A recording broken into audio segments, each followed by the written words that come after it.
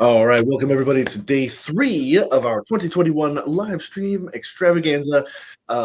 This morning we are joined by Shain and our internal expert Matt Bach, and we're going to be talking about sort of the state of the industry in VFX and MoGraph world. And yeah, it's going to be a pretty good day. I think it's going to be awesome. Right on. Thank you for joining us today, Ross. I like to always start off, just in case anybody doesn't already know, go ahead and give yourself a little bit of an intro and background about who you are and what you do. Sure. Well, guys, thanks a lot for having me on your stream. I really appreciate it. And you know, at VFX, we're big fans of the stuff that you guys do, Puget, and we really love like all the testing and all the information that you provide as a systems provider and everything. It's really cool stuff. So thanks. Thank you. Yeah. That's all that guy. Yeah. Okay. Well, Matt. Well, you do a great job. You know, I've even referenced Puget as like for other partners who are in the, doing hardware, saying you should check out what these guys are doing. Because they're really providing the customer base with the great information. So very cool stuff. That's why we try to make it public and free. Like it's useful. It's good information. Well, so my name's Ross. I am Chief Product Officer at VFX.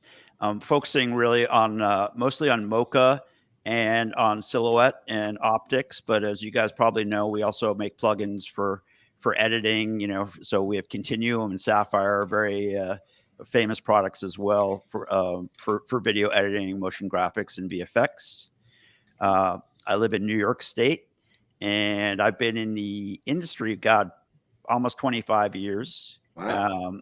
I studied filmmaking when I was young. And had a really interesting experience, as a young coming up into the industry, because I studied film on 16 millimeter and, actually cutting film on a steam flatbed. Yeah. Wow. with a razor blade and a hot splice and everything. Cool.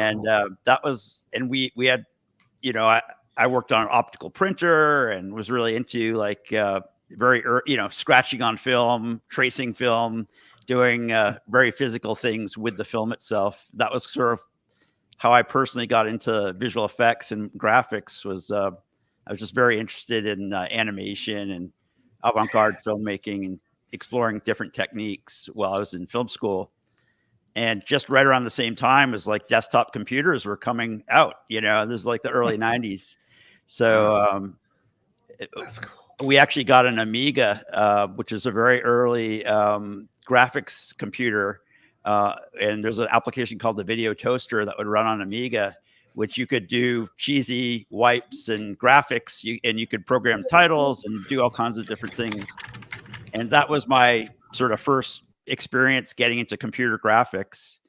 And after that, in the early 90s, all of a sudden Avid came out with nonlinear editing. And, that was obviously a huge tipping point in the industry.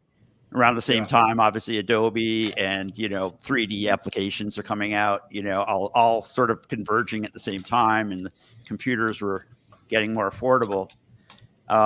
So I got really immersed in early graphics and editing systems before Adobe even bought After Effects. It was called Cosa. Those are early days. So just really was We've come a long ways. I was always really interested in exploring, visual effects software, computer graphics, CGI, and ended up working at Avid as a product specialist for mid 90s, for about 5 years. So had really interesting experience in the beginning of computer-based editing and graphics. Wow. Yeah. So I'm really excited for this chat because I think you can provide a lot of context about, like, in a lot of ways, how good we have it these days. Like how easy some of these things are, how many of these like auto buttons, can save so much time. Because I really think a lot of the things that are going on right now, AI, not as much. Well, there is some things like content aware fill in After Effects. Like that's an AI-based thing that, oh my goodness, that saves so much time. Like that stupid Starbucks cup in Game of Thrones. Content aware fill could just fix that in like a matter of minutes. Yeah, things like that. I can definitely talk to that as far as someone who paid my dues, because Yeah. back in the day, that kind of work would be done on a flame system, for example, which might be would run on a Silicon graphics machine, which was just the computer alone was close to $100,000 piece of hardware. And the work was very, very specialized and very there was early tracking tools and some rotoscoping tools, but it was also very manual. So if that Game of Thrones shot, for example, say is very typical, really, especially in commercials, would be that a producer would come into my room, and because I did work on a lot of commercials, and say, hey, how long would it take you to remove this object from this, from the scene? Now, of course, the camera's moving, lighting is changing, actors are in front of the object. And you'd have to really kind of quickly develop the skills to analyze the shot and say, that might take me 2 days. Come back in 2 days, I'll have it done for you. And that's kind of how that work would happen. So yeah, these days there's so much automation, like you say, whether it's AI or just the tools have gotten better and better, that the artists can really handle the volume of shots. It's just changed significantly. Yeah. Okay, so before the stream, we were kind of talking about, hey, some of the things we might talk about. So I'm going to throw you a curveball here and throw you something totally different than what we talked about before the stream. So talking about like how accessible these tools are, the one thing that I think is really interesting these days is the low barrier to entry, especially in like VFX and motion graphics. I mean, the big gorilla is After Effects, and that does cost money. If you have a student, there's student discounts if you're a student. But for your normal, I think it's like $240 something a year if you just basically want After Effects. So that's not nothing. But there's also like DaVinci Resolve. The free edition has Fusion built into it that can do some of this stuff. That's more VFX focused than motion graphics. But the accessibility, I think, how people can start is, I think, one of the big things that in recent years has really impacted the industry. Is that something you guys see a lot of at Boris FX? People who are coming in, just getting started, and like, can you talk to that at all? Yeah, absolutely. And yeah, I mean, there was a time where the tools, not cameras, computers, software. There was a barrier to get into the field. Especially like I was saying in film, you actually had, there was time that there just wasn't accessible, equipment. Obviously, video cameras came out, that went through the whole thing, and now we're at the point, obviously, with phones. Anyone can shoot very high quality footage these days, right? Right. But yeah, on the software side, it's become incredibly accessible, and not only through things like Adobe or Resolve, like you say, is free, but think of things like open source initiatives like Blender, for example. You have a very, very mature CGI animation application that is basically free. That's really cool. There's something called GIMP, which is like sort of like a Photoshop alternative. There's just so much out there right now that a student could, have and do very, very low budget work. What's kind of cool too is just to think about how the tools sort of run through all these different softwares. So, you could start with something like Blender, and then you could graduate to, or go, you might go on to learn Cinema 4D and then Maya, as far as the CGI world. So a lot of the core concepts tools are foundations that you can build on. Yeah, no, that's absolutely true. You're right. And having that low barrier to entry just means that, like, a high school kid can get into it. Like, and it's amazing. And the other one I forgot about totally is Unreal Engine. Like that's been huge recently. And technically you have to pay if you're using Unreal, but only if you're selling games even. I don't even know if you're using it for like doing an animated film or VFX. I think it's just free, right? Yeah, it's quite amazing that you could download Unreal for free. You can, they've added so many tools for cinematic, animation, something called Sequencer, where you can actually just render out like a sequence out of Unreal. And yeah, if you're not selling it, if you're just making creative content, you can use it absolutely free. And Yeah. they do a great job too of education on the Unreal site. There's excellent training materials. I would add on our side for Boris Effects, we really believe in the education initiatives. So like, if you're a college student with a photo ID, all you have to do is, prove you're a college student, and we'll give you a free license of all our tools for the year. Oh, and really? We've put a lot of initiatives into education in the past 2 years. Now we have hundreds of videos online on the Boris Effects website. I didn't realize you did that for students, because I mean that's amazing, because I mean, not to like shill from Boris Effects or anything, but I mean you guys have some really good products that can like save people a lot of time. Okay, so if we're talking about state of the industry, like what are some kind of the things that Boris Effects specifically have been kind of working on in recent years? I know you guys did a whole bunch of updates recently to do like the MFR stuff for After Effects. That's a little bit more on the back end technical side. But as far as like what you're allowing people to do, is there any like big things recently or upcoming that you've been personally excited over? Yeah, there's so many. I mean, we have a kind of interesting place in the industry because we're a plugin company, and we also make some standalone tools as well. But we don't really. It's not like we're really competing with Adobe or competing with Avid or Blackmagic. We really we have this sort of area space in the industry where we're like, there are things that we do really well, and we've kind of carved out that area. So it's like, whether it's rotoscoping, motion tracking, lighting effects, like in Sapphire, Continuum has lots of editing tools that like an editor might need, but the host application doesn't have. So as this sort of like smaller company within the ecosphere of the post-production industry, we really carve out like our own little niche, and sort of as a specialty tool company in a sense. And I could talk about a bunch of different things. One area that's near and dear to my heart is motion tracking and rotoscoping.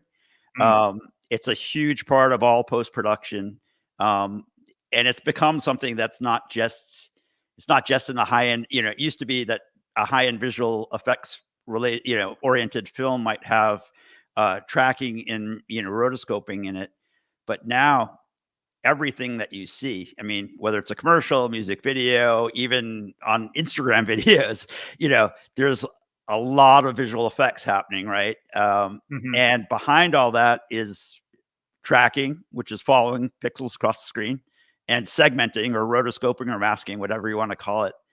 And we've developed a lot of tools that really shine in this area, specifically like Mocha and Silhouette.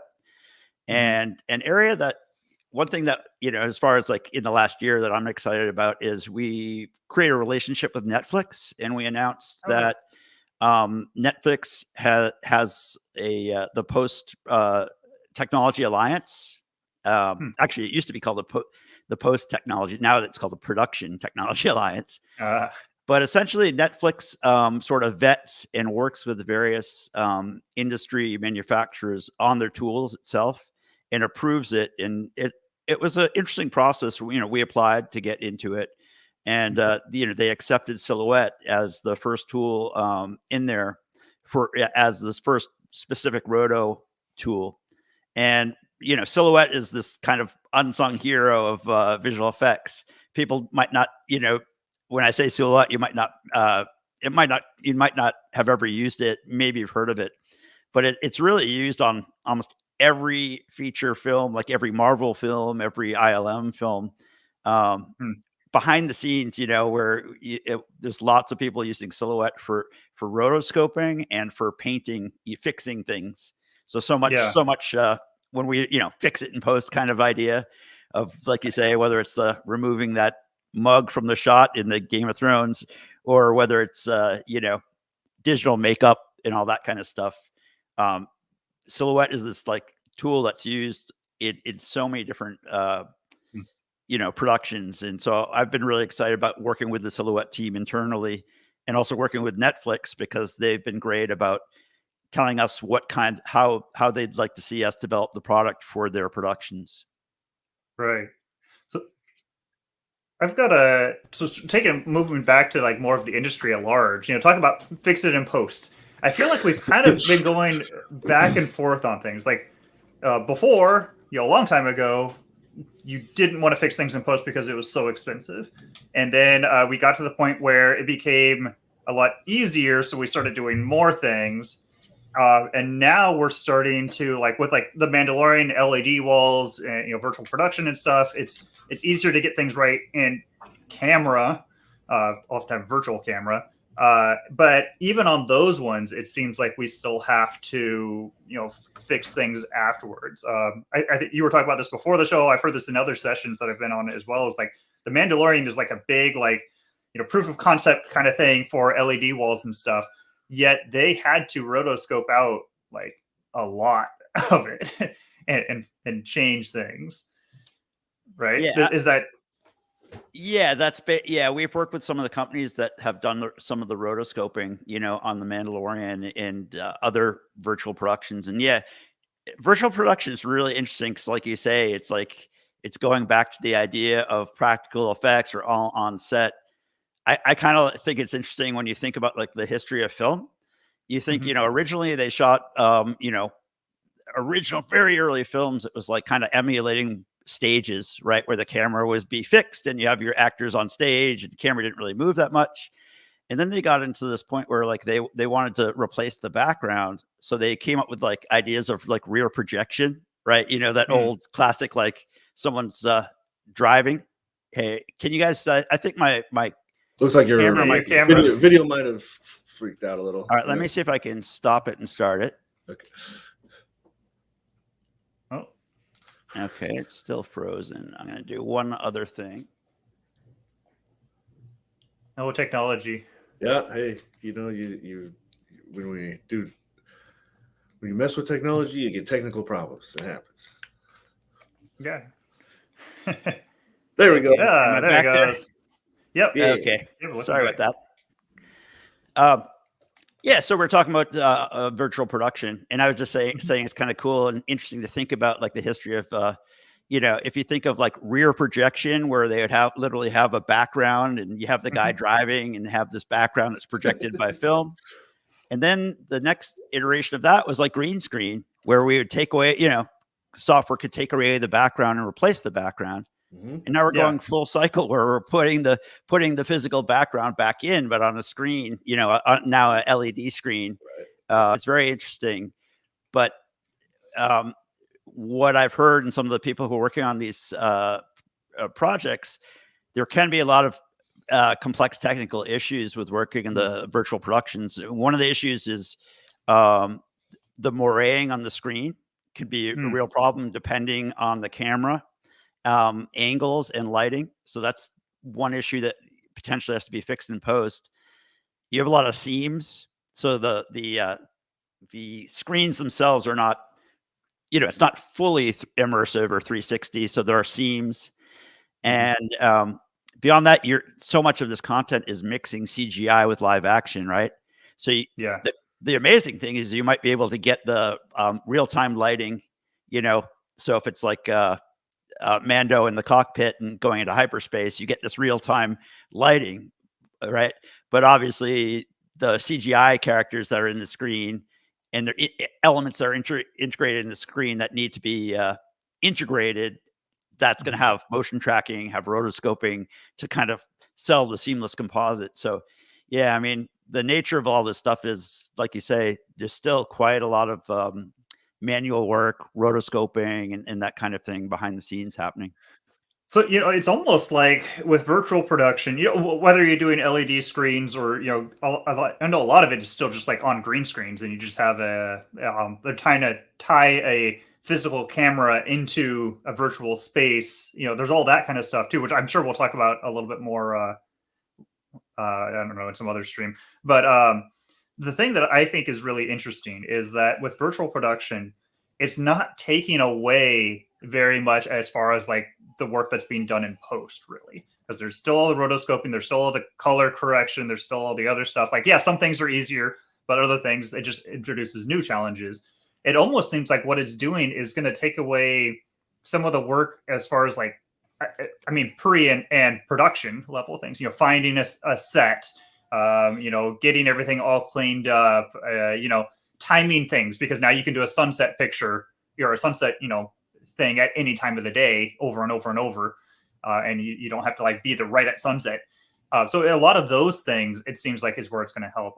The other thing I think someone pointed out yesterday is that you can go back and do a reshoot. The scene is just virtual, so you can, if you need to redo something, you can just go and redo it. That's a huge thing, because so much of production, there's always like, what if we could go back and do this, right? We have to, whether it's a continuity error or so many different variables where that would make sense to go back and reshoot it. So like you say, you could just dial up that set, those props, everything's going to come right back. So I think that's very interesting to think about, like the people on a movie set who deal with props, deal with all that kind of location stuff and carpentry and set painting and all that stuff. Very different.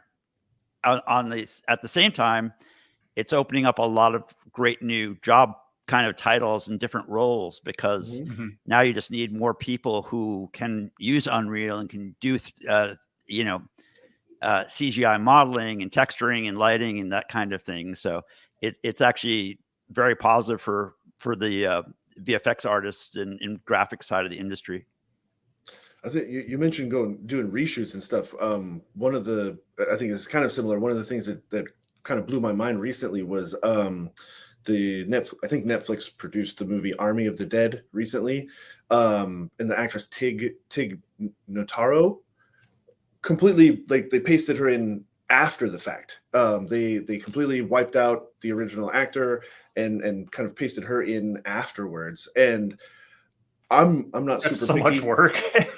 Look, I'm not super. When I first watched it, I didn't notice. Having now been told that, I can kind of tell. The lighting's kind of funny, or like certain things just aren't quite right. But I'm blown away. It was just basically just her all by herself on like a big green nothing, and it worked pretty well. I thought, like I said, if somebody hadn't said it, you probably wouldn't notice that well, and that's amazing. Yeah, from my perspective, there's so much work that you would never think of as done in post or CGI, that we kind of, luckily, or just because the customers that we work with, we get some behind the scenes of some of this footage. And that's something I really enjoy about my career and sort of the position I'm in, is to see the behind the scenes. Really amazing stuff, is happening on all kinds of films. And I mean, I was shocked when I heard that, like, David Fincher, famous director, or Michel Gondry, some of these directors, how in tune they are with the tools and the post-production, what is available to them, that they would literally, I call it like Frankensteining performances together, even like on a dramatic scene where there's no visual effects, where they would literally have the eye to understand, hey, I really like the way this actor is performing in this scene, but the body language is different in another scene. Like some of the things that's happening in visual effects based storytelling, really amazing. Makes me wonder, at what point are we going to start doing basically live photogrammetry on everything? Having just a bunch of cameras, so you can make a 3D model of everything, so you can just like grab that person out and not even have to like really rotoscope. Like, it's a 3D model essentially.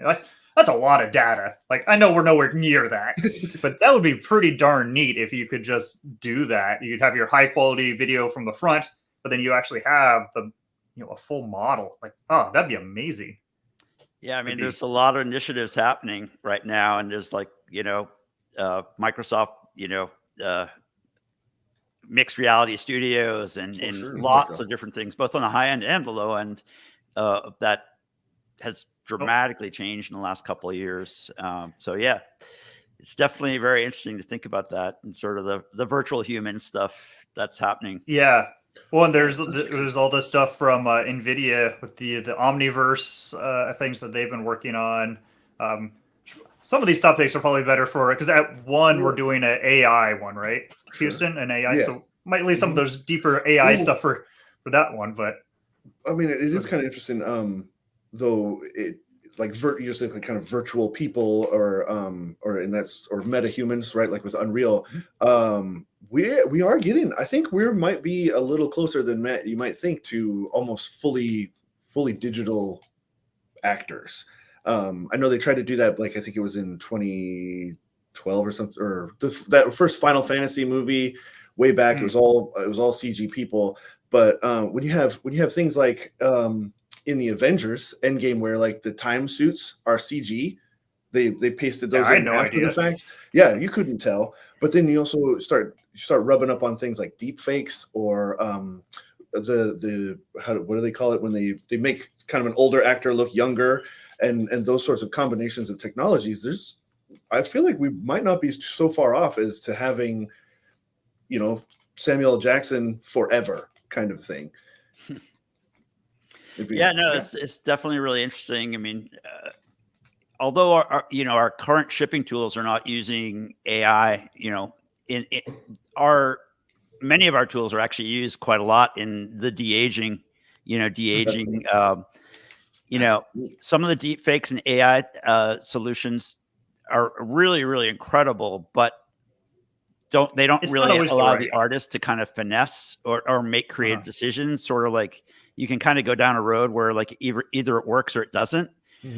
So tools like Mocha and Silhouette are used quite a bit because the artists are doing very intricate rotoscoping essentially to have really finite control, because you might say, hey, more eye bags or less wrinkles or this particular feature.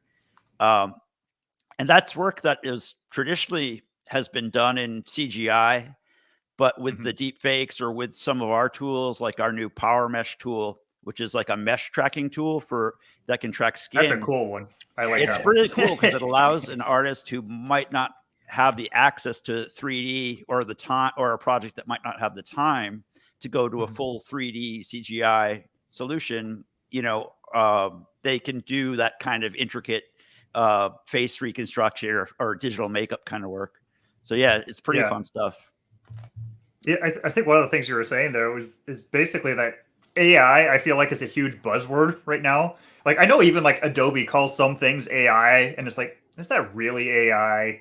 But like it's a big buzzword, but it's not always the right solution. AI is the solution for some things, but other things, like you said, like it's just better to use.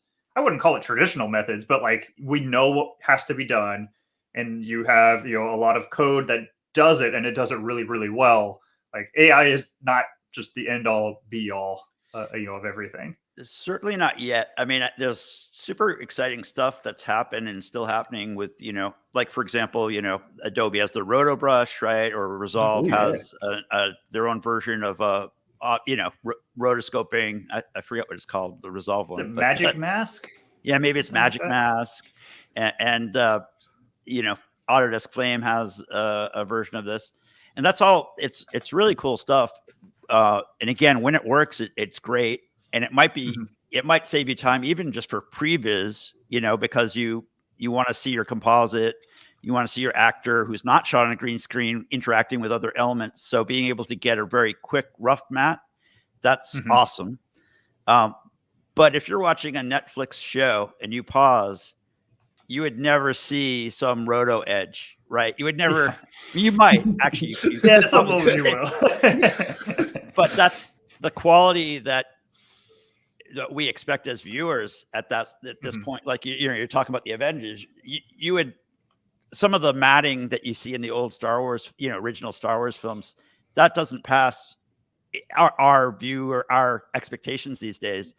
And this is why, especially in the rotoscoping, the AI solutions haven't been that successful, is because there are things like I can even see like Matt on your screen, like you have a black background behind you, and your shirt has some black elements, and there's no way the computer could be able to detect really. Yeah, you try to get this. Yeah, right exactly. Here. And I think of like I used to always use this example, like you have Elvis with black hair on a black background. Like where does the hairline start in the background?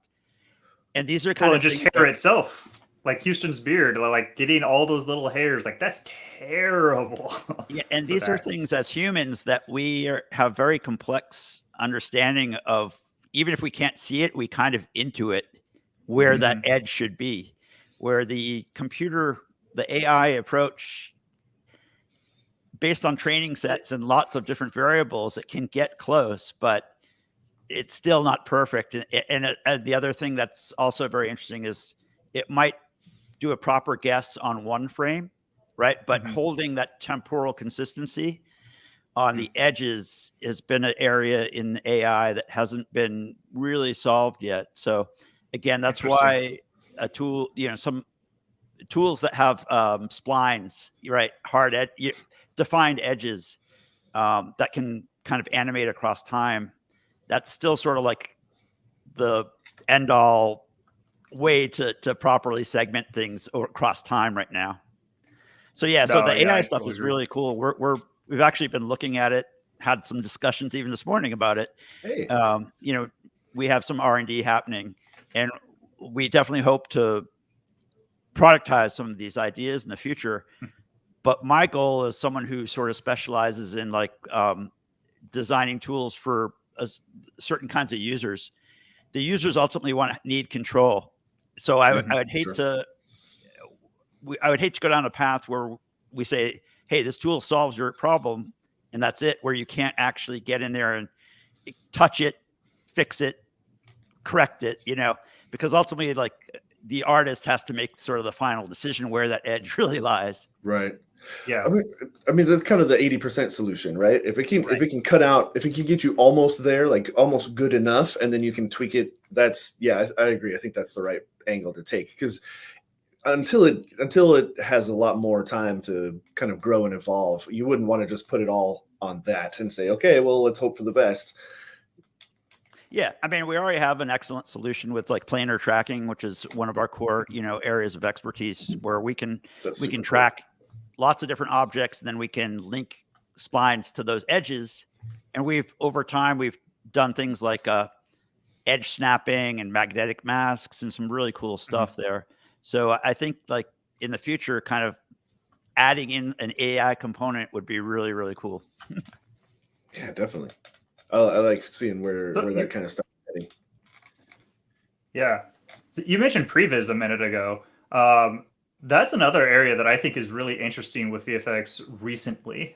We talked about Unreal being using that for production, but I've also seen a lot of people using Unreal for previs. Like, since you can just build a scene and then have characters and a virtual camera, you can actually go through, and instead of storyboarding things out with drawings or whatever out, I'm seeing more and more people doing almost like one-to-one, like they make the movie in Unreal first and then they actually go out and film it, because they can do things like, where do we want the camera, where do we want the actors to be to come in, is this shot going to work?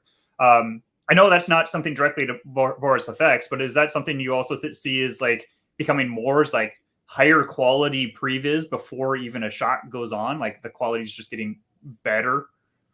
Well, I think the nature of the rendering engines have just gotten so great, with speed and real time ray tracing and everything. It's pretty amazing, because this is stuff that used to take quite a long time, and if you didn't have the power on your local computer, you might be uploading that to some service, rendering service. Is how some of our customers are building their own render farms for this kind of stuff. And yeah, for a CGI artist just to be able to get the quality, in real time, and play with the lighting, that's really amazing. As you say, there's like lots of scouting, location scouting, and lots of things that are happening that don't really touch us as much. But yeah, I think it's pretty exciting to think about, not only for previs, but for motion graphics in general. Like, complex motion graphics have always been something that takes a long time to render, right? And using some of these ideas, tools, techniques to get real-time interaction. Even it's almost like you could even think of pre-vising your motion graphics, right? Lots of really interesting things that you could do with some of these with the game engines, not only Unreal but Unity as well. Yeah, and at the same time, like you mentioned how all these engines are getting so much faster. I mean, one of the ones we've been dealing with recently is the new multi-frame rendering in After Effects. Makes After Effects way faster, huge performance gains. But at the same time, we're also kind of going against everything else, which is like resolutions are going up. Not everyone's just working in HD anymore or 720p. Now it's 4K is becoming more of a norm. A lot of stuff, especially things that are going to Netflix, don't they require like 6K or 8K now? I forget what it is.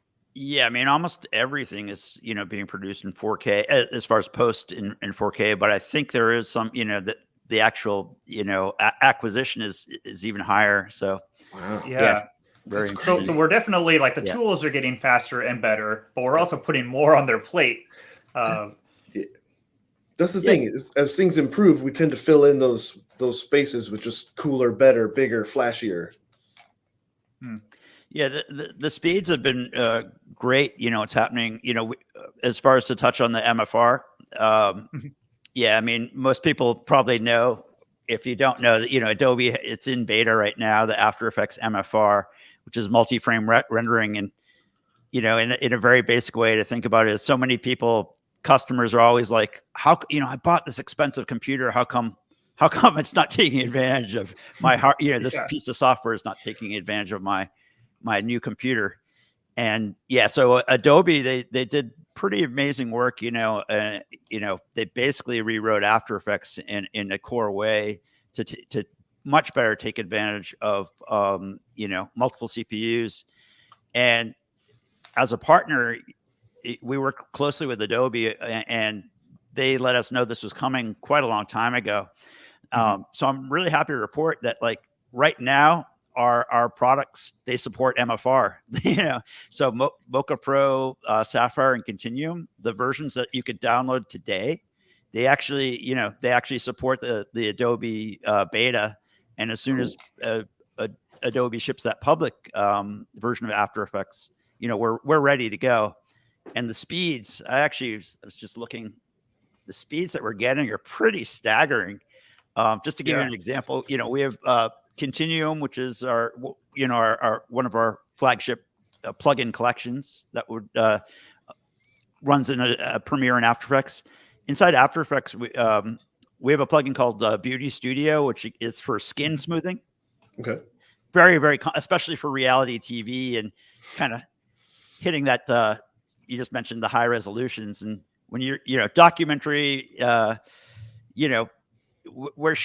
shooting someone at very high resolution, obviously, wrinkles and pores and just very basic stuff. Almost everything has a little bit of beauty work or skin smoothing these days. So Beauty Studio, we're actually, it's like what was taking 7 minutes to render on the same exact hardware with MFR enabled is taking like 3 minutes to render. So staggering speed increases, and we're seeing that on a bunch of our different products. Yeah, we actually so we did a big project recently. We looked at tons of different CPUs and stuff, and Boris FX was we did some spot checks with it was Beauty Studio, BCC Lite. I'm actually not. Some of these I'm not familiar with. I think there were projects that you guys actually gave us. And we're like, yeah, okay, great. And a lot of them, it was like a 2x performance increase. I mean, and that's great. Like, it is so rare that there's a software update and hey, now everything is 2 times faster. And some of the things, like some very specialty things we saw, like specific projects, I think the highest we saw was 4.5, almost 5 times faster. And that's still real world. If you go unreal world, like, we know this one effect is going to be really good, so let's apply it 20 times. Like, you can get amazing, like, I think the highest that technically anyone saw was like 50 times faster, but like that's not real anymore. But still, the fact that in the real world, anywhere from 2 to 4 times faster is like that's going to change like how people work in After Effects. Absolutely, and as someone who's used After Effects for over 20 years, just the fact that all the even scrubbing through the timeline. And that if the way an artist works is like you think about it, you stop, you might say, hey, let me try this effect. Let me try this effect. the fact that when you're not doing anything, it's constantly caching. That alone is huge. And then they also have the new, I forget what they call it, but underneath the After Effects composition window, you have the render timeline, like the render stats. I mean, the composition profiler. Yeah, so that you can just drop an effect, any effect on there, whether it's a third party or a native effect, and it will tell you exactly how long that effect is going to take per frame to render. That is a really great tool, especially for like a motion graphics artist who builds toolkits. They might be providing, like, you might be building a graphic look for a network, and part of their concern is like how fast they can recreate it quickly, right?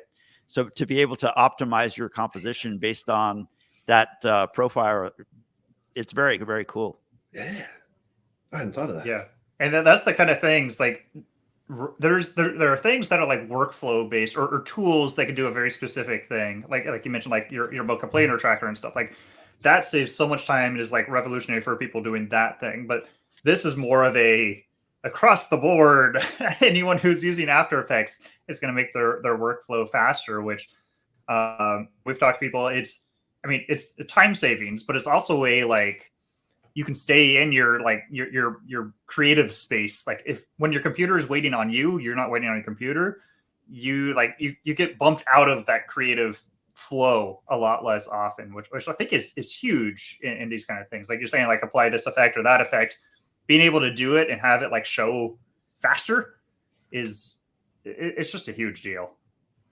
Yeah, getting that interactivity, results in real time to be creative. That's it's huge. And in my experience, this, a long time ago, this was only work you could really do on a flame. And that's why flames were successful, was because they were just so fast, and that you could work with a client in the same room, and that, especially advertising clients, and you could show them things in very close to real time, make creative decisions together. And now we're like, After Effects is just as fast, which is really amazing to think about. Yeah, which does bring me out sorry, go ahead, Houston. I think we might be heading in the same direction, but with these sorts of changes and with hardware, everything getting faster and faster, is there more pressure to get things done faster, or have like the work timelines still the same? You just can do more within that same amount of time. Yeah, I don't know if I could really answer that, because again, I'm so focused on the software side of things right now, whereas maybe earlier in my career, I was probably delivering projects, working closer with clients. But yeah, I mean, the services are expected to happen very quickly. And, we have customers who are that whole sort of like following the sun kind of idea, where they're delivering services around the world. A lot of the studios have outposts that can kind of do that. So overnight, you have artists working on your roto in India or something like that, or working on your visual effects. So definitely time is, turnaround is always going to be, can never be fast enough, right? Yeah, absolutely. And, if the turnaround time is faster, hopefully you're still being paid the same amount. And so if this just lets you turn around jobs faster, hopefully that means you can take on more work. And with everything we were talking about before with, previs and, virtual production, now like adding new things. The other thing you could do that I think a lot of people are recommending right now is, if you have downtime, take the time to go through some of those Unreal tutorials. I think that's one of the biggest things a lot of people can do right now is get familiar with Unreal, because I do feel like more and more stuff is going to be going that direction. There's still a lot of things you can't do in Unreal. You're not going to be doing tracking. You're not going to be doing, cleaning up of film and, that kind of things. But all of this work that's going into virtual production, I think, is a big area where the industry as a whole, that's going to become a new like subset, of the work that people are doing. Yeah, absolutely. I mean, it's really exciting area of the industry. I also think about like like you say, there's certain things that Unreal can't do or hasn't done yet. And so, but I think to be up on the tool and maybe incorporate it into your workflow in a way that maybe it wasn't even designed, I think is really interesting. Like to use Unreal to render elements and then composite them in, in After Effects or in Nuke, combine them with effects, relighting effects, or like Sapphire Continuum. Really, really interesting stuff that you could do to, to really augment your, I think this session sort of has a VFX and motion graphics, just to touch on the graphics. I think it's kind of exciting what you could potentially be doing with Unreal. And I'll mention this too here, that if anyone's attending Adobe Max, that we partnered with AMD in a session that's going to be done next week, where an artist, you guys might have heard of him, I think you might have worked with him, is Jonathan Winbush. He's been doing a lot, great guy, and he's been doing a lot with Unreal for motion graphics, which is, teaching people how to use Unreal for to augment their After Effects or their Cinema 4D work. And we're doing a session with him with AMD and Boris FX, kind of showing how motion graphics can take advantage of Unreal Engine. Yeah, I'm already signed up for that session, so I'll be there. Yeah, the other day I went through and I'm going to go through and put together my calendar for Adobe Max, because it's tricky, for anyone who's not sure, or not aware, Adobe Max is free again this year. So if you have any time, you might as well register. And, there's some great sessions in there. Not many on Unreal, but there's a ton in there for After Effects and anything Adobe related. And there's a lot of good crossover ones. I know there's After Effects for video editors, or Photoshop for After Effects users. A lot of you can start to get kind of this cross, because like you're saying, it's about using the right tool. And sometimes the tool that's right is not one you're familiar with, or it's one that's not even made for it. Remember there was a session a couple of years ago when it was still in person. It was After Effects for photographers, which was really weird, because there's apparently just some things in After Effects that they can do easily that Photoshop or Lightroom doesn't support. So sometimes you're using a tool in a weird way, but yeah. Absolutely. In fact, just from my experience, both as a visual effects artist and also a product designer, we would use Photoshop kind of for previs, or for storyboarding, or for for if we're pitching an idea to a client, for a show open, a lot of times that we would design that in Photoshop, but then there are certain things that Photoshop doesn't have. So sometimes we'd have to jump into After Effects, because we do want to access Sapphire lens flares, for example, or kind of, we kind of want to create a storyboard that kind of shows motion. So we might actually make a couple keyframes, in After Effects to show the client how this thing is going to move, even though we're actually not going to do it. So yeah, it's pretty interesting to think about that kind of stuff. Yeah, I actually remember now, it was keying, green screen stuff. You can't do that in Photoshop. So people doing product photography on a green screen, they bring it into After Effects so they could key it out and then bring it back. So yeah, there's just different tools for different jobs and everything. That's cool. So it definitely feels to me like right now is almost like the golden age for VFX and motion graphics, because the tools are so accessible, the tools are getting so much better, and just more and more film commercials, are just becoming I don't want to say fake, but they're not real. They're all digital. I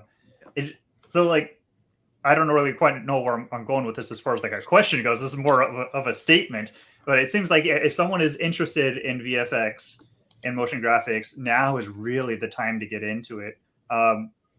As you coming from someone who's been in the industry for so long, are there any things you would want to tell someone who's interested, be it a high school kid, or someone who's just someone in his 40s who wants to get into this stuff? Any just words of advice? Sure. Yeah. I agree with what you're saying, because we are, right now in the industry, especially even with remote work and everything like that, the need for visual effects artists, it's every company that I know is looking for artists, whether it's 2D artists, 3D artists, so there's a huge demand for it, because like you say, almost all content, not only video, it's not just film or episodic TV, it's all moving video, right?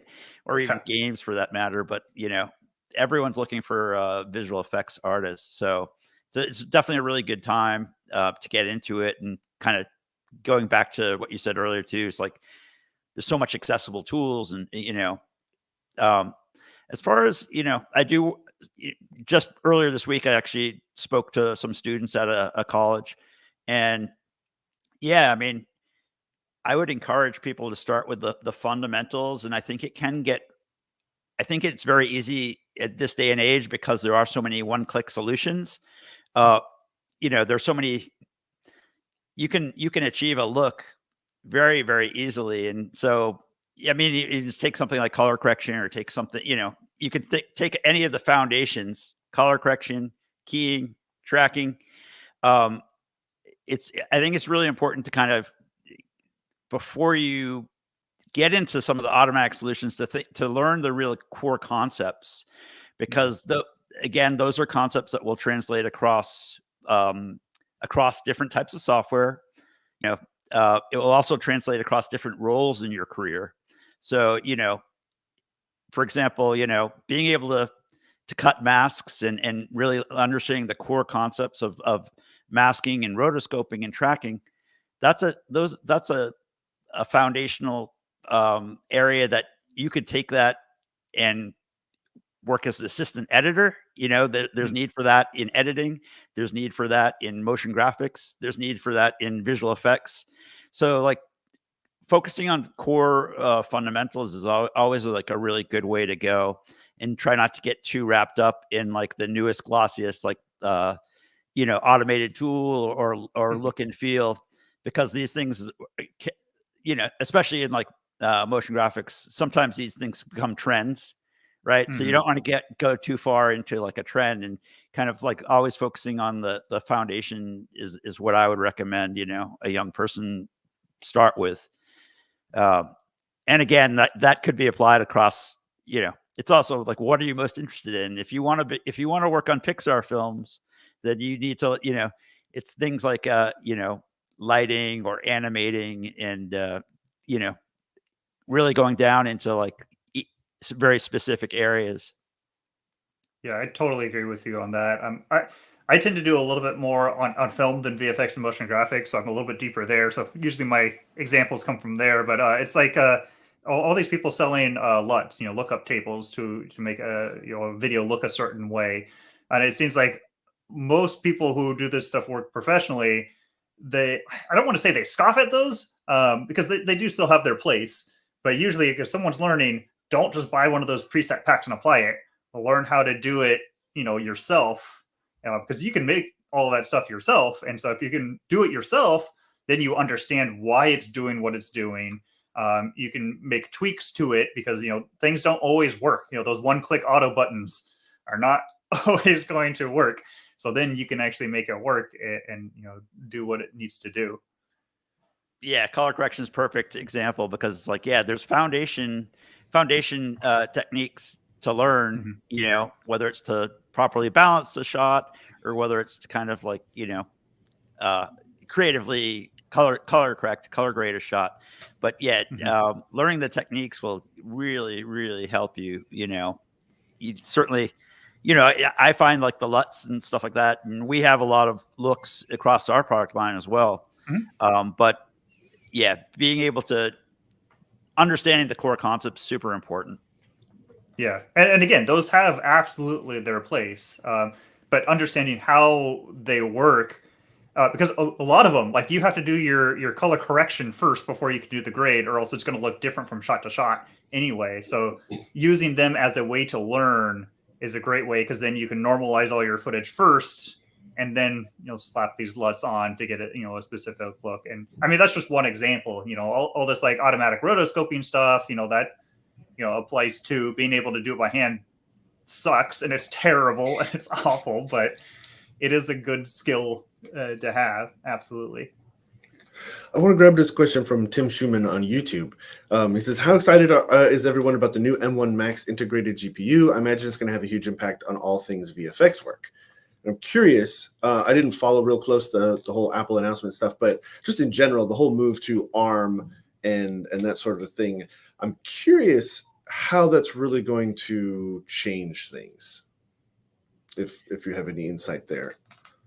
Yeah, so the majority of our products are actually supporting M1, but not all the hosts are, for After example, Effects still doesn't have native. Yeah. So like, our standalone application like Mocha, that's running on the M1, and we've seen some nice speed increases there, which is great. But yeah, there's some hosts like Avid, or they're not even supporting in Rosetta yet, right? So it's definitely, it's tough to answer that question because like not all the hosts are there. Okay. But as far as the architecture itself goes, yeah, I think that's really, it's really great for the Mac world. If you're a Mac user who's kind of been frustrated that Macs weren't keeping up with some of the hardware on the Windows side, that's a really nice thing. And Apple showed, new version of Final Cut very recently. I think actually yesterday or the day before. Yes. But yeah, so it's really interesting stuff happening. Some really nice new features, are trickling down, and the integration, the potential integration between your iPhone and your Mac laptop. I mean, that's very, very cool. I think they showed something with like the depth of field that, from the new iPhones. That feature is coming across the Final Cut. Kind of interesting. And so maybe I'm not answering the question directly, but I think the M1 architecture for us is exciting. Our goal as a company is to support as many different operating systems and hardware setups as we can, because we do have customers who are working across.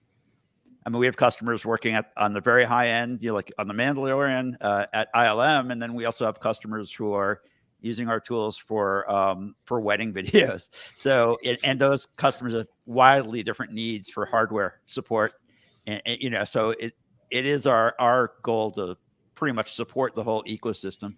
Right. Yeah. I'll also say for us, like, I mean, we're obviously very PC focused. Like that's mostly all we do. But I still think the M1 and the M1 Max is good because, I mean, competition benefits end users always. And we saw that for a little while with AMD versus Intel, CPUs, and like that's been great competition. Like the amount of like CPU performance gains we've had in the last like 3 or 4 years is terrific. And if we can add a third party to that, if we can add Apple to that, where now AMD and Intel and like NVIDIA, all those guys now have pressure from Apple. Oh, that's just good for everyone. So I'm excited about it. I mean, I think especially with the M1 Max, I never believe first party performance claims ever, whether it's Apple, Intel, NVIDIA, whoever. So I would always wait for third party. But it looks promising, and yeah, I'm excited for what it's going to do for the industry as a whole. Hey, welcome, Chad. Hey, first of all, I apologize. I apologize 100 times over for being incredibly late. It's okay. And I had a family thing after I had to take my car in. I completely spaced on it, so I'm in trouble in 2 places right now. That's all right. So that's kind of sucky, but yeah, I apologize, guys. I assume you guys were talking about the Apple stuff. Yes. Yeah. We're just touching on that. Matt, sounds like you're into it. Mm-hmm. Yeah. Especially since it's just a laptop still, mostly. We don't do laptops, so I can be extra excited about it. Once they bring it to the Mac Pro, I might have to be a little more reserved. Yeah. I was kind of wondering what your guys' take was on that, and whether or not you guys were like, are you cautious about what they're going to do with the Pro line, or are you like, where's your guys' heads at with the Pro line? Yeah, I mean, we're just going to have to wait and see. I think a lot of it's just different tools for different jobs. I mean, if you're someone who's just doing video editing and like, especially if you want to use like Final Cut, great, it's going to be amazing. But there's still some areas where I feel PC is going to have an easy win. A lot of like the rendering stuff. I know they have like Redshift support supposedly or coming, but still, you're not going to be able to compete with being able to have a workstation with like 3 NVIDIA high-end GPUs and things. So it's all about just what you're doing. You can get them. It's right tools. Yeah. Luckily, we've actually been okay. No, you guys have been really good. Yeah. I mean, it's rare. No, it's rad. Like, yeah, I've been thinking a lot about this this MacBook Pro, and what that could mean for the Mac Pro. And I haven't. So my story is like I've been on PC for a long time, and before that, like way back when I was on an SGI system, I had like a Mac sitting off to the side to do like Photoshop and stuff like that. And I even kind of walked away from the iOS walled garden a couple of years back, and I got kind of sucked back into it just because I just wasn't liking what I was seeing from the Pixel line of phones at the time. So it kind of got me back into iOS, which then got me back into Mac OS. And I just think it's just it's a fantastic OS, number one. Like you can't really beat it as an OS, I think. It looks beautiful. It functions great. It's sort of like everything does what you expect it to do for the most part. And I've always been a little heartbroken that I can't really use it for work, right? Because what we do is like high-end 3D, high-end stuff, high-end rendering. So it's always been one of those things where I'll always have like either a MacBook Air off to the side or an iPad Pro off to the side. And I'm using that for kind of productivity type of stuff, nothing too crazy. But this idea of being able to use it potentially for work is really exciting, at least even just for a mobile kind of like situation. And people always ask me like, well, what do you suggest for a laptop, like a 3D laptop? And I said, I'm like, honestly, like get a MacBook Air and get Parsec and buy yourself a beefy machine from Puget and just remote into it. And then you got the best of both worlds. Like as long as you have a good internet connection, you're good. Yeah. Well, and the other thing with like the Mac Pros, once they bring it up, it's so hard to know how these things scale. Like I know a lot of people like to them like it's supposed to be like I think 4 times the core count or something, but that doesn't mean 4 times the performance. I mean that's what we've been dealing with on the PC side for so long with like CPU core counts. 16 cores versus 8 often means anywhere from no performance difference to twice, but it's anywhere in between and usually on the lower end. So we're just going to have to kind of see how all that kind of stuff works and how it shakes out. And again, like I was saying before, like competition is good for everyone. If Apple Absolutely. makes the PC side have to work harder, I feel like that's one of the reasons why Apple's having to do all this stuff is because they were falling so far behind on the performance side. And so they got kind of that kick in the pants, so they have to do stuff. And so I think that's just always good.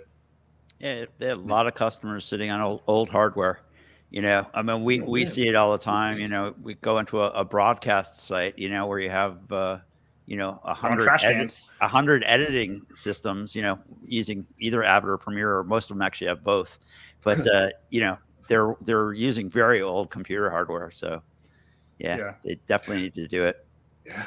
But $6,000 for a laptop, that sounds a little pricey. But that's all. I think that's all storage, right? It all depends on what you're doing and what your return on your investment is. Like for someone who's just going to be doing emails, no, that's a terrible price. If you're making money off of it, you are doing things on set, on location. You need something portable. That's great. Yeah. It's the same. I always point out that I've got an M1, the M1 Air, and like I love that thing. I'm not doing anything heavy on it. Best laptop I've ever owned. Yeah, it's terrific. Yeah. One thing that we didn't really talk about, just is kind of interesting in context to laptop. Using your laptop professionally, is just that so much of this work now is done over VM. That that the idea that you could have a lightweight, workstation or laptop and be using cloud computing, it's a real reality in the industry, and the pandemic accelerated that greatly, where so many of our customers are working from home, using VMware, private, lots of these big studios have set up their own services, and it's definitely really, really changed things, quite a bit. Yeah, I mean, we're seeing a number of our customers, because going up to something like Amazon Web Services or whatever those ones, the problem with those is they're not the right hardware for the work, so you're paying more money than you would ideally be paying, and some of those, like, it adds up fast, like the costs if you're actually using it 8 hours a day. So I know we have a number of customers who, like, their staff all went to work from home, And so, but they got the exact same systems they would buy normally, but they're just sitting in an office in one spot. They install a remote desktop software or a hardware-based, IPKVM solution, and then people can remote in, and like it doesn't always work. I feel like with like VFX and motion graphics, it can film when you're doing like color work, not quite as good. But that's a solution for a lot of things, or especially if you're just doing like beefy renders, you don't even really need remote desktop solution. If you're using something like Octane Render, you're just setting it up as a render node and you just push it out and just let it do its thing. I've been hearing companies that don't necessarily want to deal with the Amazon virtual machine situation, but what they're doing is they're doing a localized version of that, where like maybe they have some studio space and they get some machines and they have them all in one place. It's not necessarily a data center per se, but it's a place where they keep all these machines, and then they're allowing their artists to parsec in, or I don't know if Teradici is still a thing anymore, but they're allowing them to do it that way, where they can be way more controlled, and also licensing and all that sort of thing becomes a little bit more manageable. So that's a kind of an interesting thing that we're seeing too. It also makes it easier on IT staffs. It depends on totally the level, or how many users you have and all that kind of stuff. But if it's just a bunch of systems in a rack, it's a lot easier for them to like, okay, we've got to swap you over to this machine because this one's giving problems. You just use this login instead, or to do things like OS installs and software management and hardware management and all that kind of stuff is easier when everything is on one rack. Oh my or two God, racks, yeah. Whatever. Completely. Yeah. And somebody can go into a physical space at 2 a.m. and kick some machines in the butt to restart. Exactly. Yeah, I do wonder how much if we ever will get to a point where it's purely remote like that, where you'll just have almost kind of like the way back where you just had a dumb terminal in a sense, and you're remoting into some massive, or like your corporate mainframe kind of a deal, where that's where all the work is really being done, versus having a more either a local machine like they're right next to you, or semi-local where it's not you're not renting space from Amazon, but maybe you are doing your own kind of internal company cloud, I guess. I wonder how much of that is going to shift remote in that way. Yeah, I don't know. I think some, but there's also such an advantage of anything you can do in person, you're like local, is always going to be good. Well, I think one of the problems with a lot of this stuff is you want to work where your data is.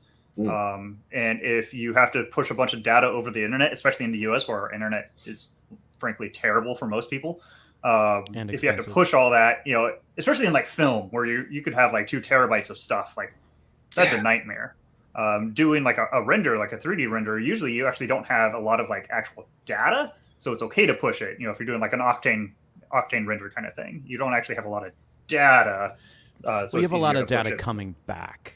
You have a lot of data coming back. Yeah, that's really the issue. Like we've been remote for 10 years, and we actually went against the grain, and we have a new studio here that I'm in right now, and it largely became an issue, not necessarily like pulling like data, like that wasn't really a huge issue for us. One of the big issues that we had was when you start to have machines in your home, such as the ones we got from Puget, which are fantastic machines, but these are like workstation class. I would call them industrial equipment, really, because they throw off a lot of heat, and they throw off they pull a lot of electricity. So what we were realizing is that it just became a bit of a burden on our employees to have to keep those machines in their homes. And some people, don't have extra rooms and things like that to put these things in.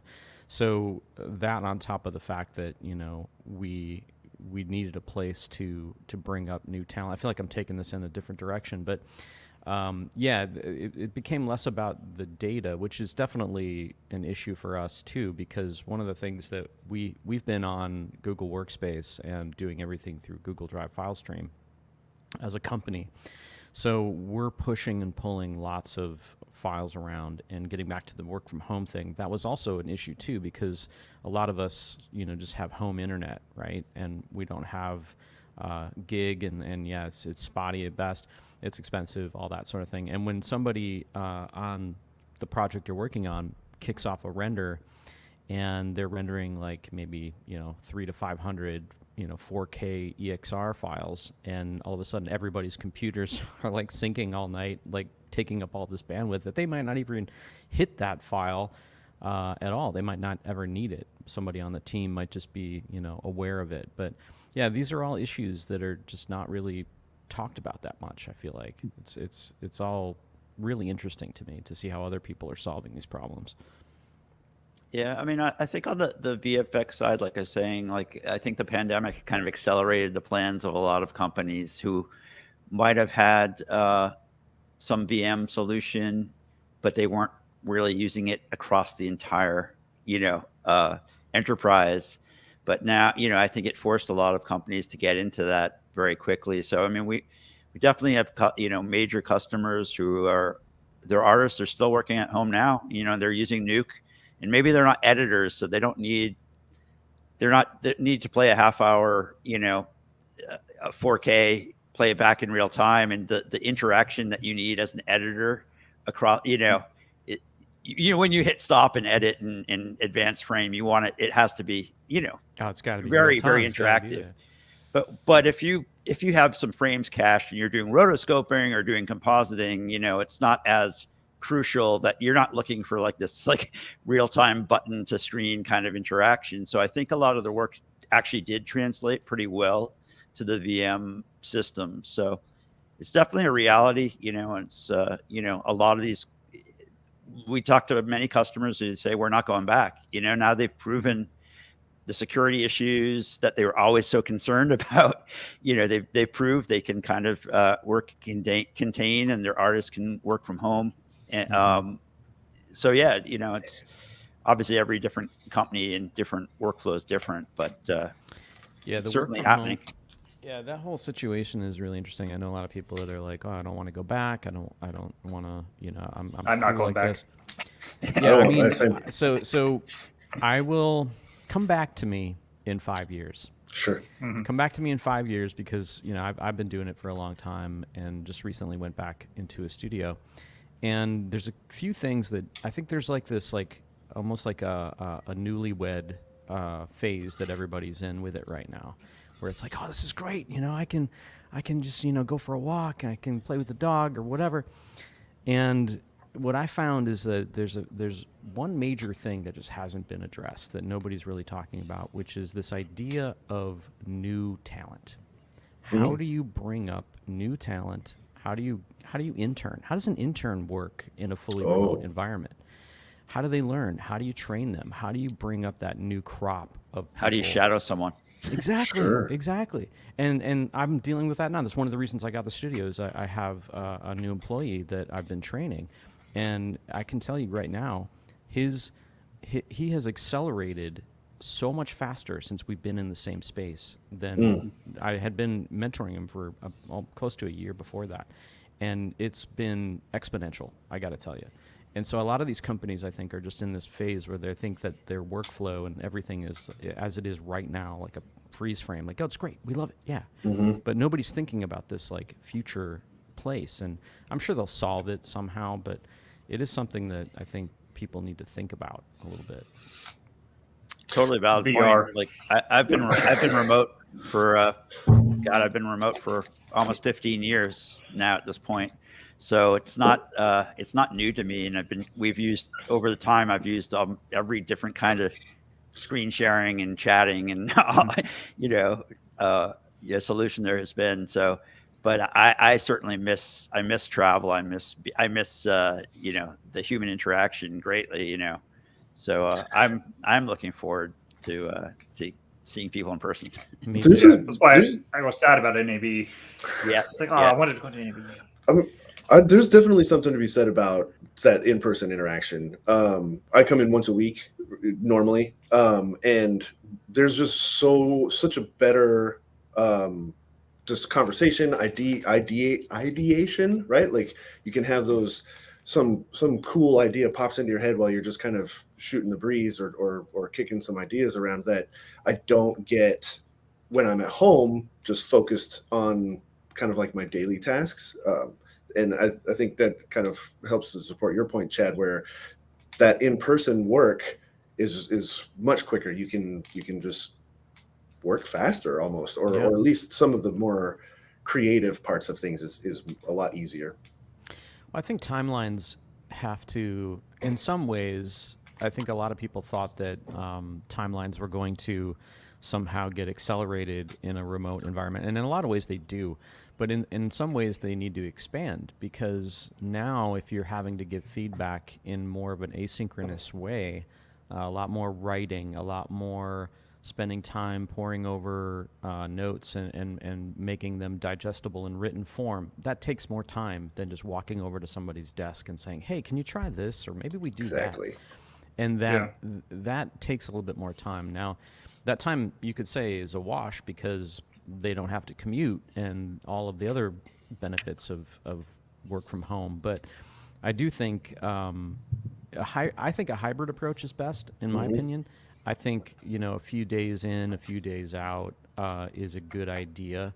And the more, if you are fully remote and a company that is distributed maybe across multiple time zones, I can't stress this enough. The company needs to have a retreat, regular times where everybody gets together and like talks and sees each other. And I don't know if you guys use Slack internally, if you use Teams or whatever, but Slack has actually come up with some really interesting ways of dealing with remote work, which is the two features that I'm really excited about that we use all the time now is this huddle feature. I don't know if you guys have used this yet, but it's essentially a quick voice chat that you can just jump into this huddle. It doesn't require you to have a camera on. You don't have to be, fully dressed or whatever. But it's a really easy way to like quickly get somebody and jump into this huddle and ask a question, get an answer. And then the other feature that they just rolled out is this idea of screen recording. So you can do like a really quick screen recording in the app. So you can say, hey, I'm trying this thing. It's not working. Here's what I'm doing. And that kind of stuff is awesome, but nothing really beats, I think, that in person, because what Slack doesn't do is it doesn't really convey emotion. And as you work in a fully remote company dealing with human beings that are human, it's important that we connect as humans and really understand each other. And sometimes, I know in a lot of cases, when you're dealing with a high pressure production environment, Slack is a terrible place to communicate because you can't really tell tone. Like you can't see the face. You're like, is this person mad? Are they, upset? Like, how do I react to this? So it's all stuff I think about. Yeah, we use Slack and Zoom, and I find myself more and more, like a lot of the stuff that you mentioned, like the screen recording on Slack, I've been using that quite a bit recently. But man, so often if I'm talking to someone for more than like 4 or 5 back and forths, I just say, let's hop on Zoom. It's just slash Zoom and it makes a meeting and then boom, we go there. It's one of the reasons why we got webcams for all of our remote people. Like here's webcam. Like, I mean, if you're not comfortable using it, whatever. But it just, I feel like it helps so much once you've gone a little bit too deep. Just start up a Zoom thing. It doesn't have to be a long call, but then you can do screen sharing. You can do. One thing that I really like with Zoom. With I think a lot of them do this now is annotation. So if someone's sharing a screen, you can draw on their screen, and hey, I love that this feature. or that. Oh, it's so nice. And in some ways, that's better than being in person, because in person you're just kind of like pointing or whatever. This you can actually kind of draw what you mean. But yeah, definitely in person is the best for those kind of things. But as long as you're willing to embrace the tools, there are things there that can offset, I feel, some of that. Yeah, I do love that drawing feature in Slack too. And in person, what I've done to kind of mimic that is I'll tell someone to like Slack me that image, and I'll open it up on my iPad Pro, and then I can like draw on it and annotate on it, and it just like helps me, I think, more than it probably helps them. But yeah. Yeah, right. Oh, we are way over time, aren't we? Yeah, It's my fault. noticed that. I'm so sorry, guys. We have to do this cool. again. Yeah, definitely. But yeah, I'm gonna say we should wrap it up here with that. Thank you all for joining us today. And as always, thank you to the audience as well.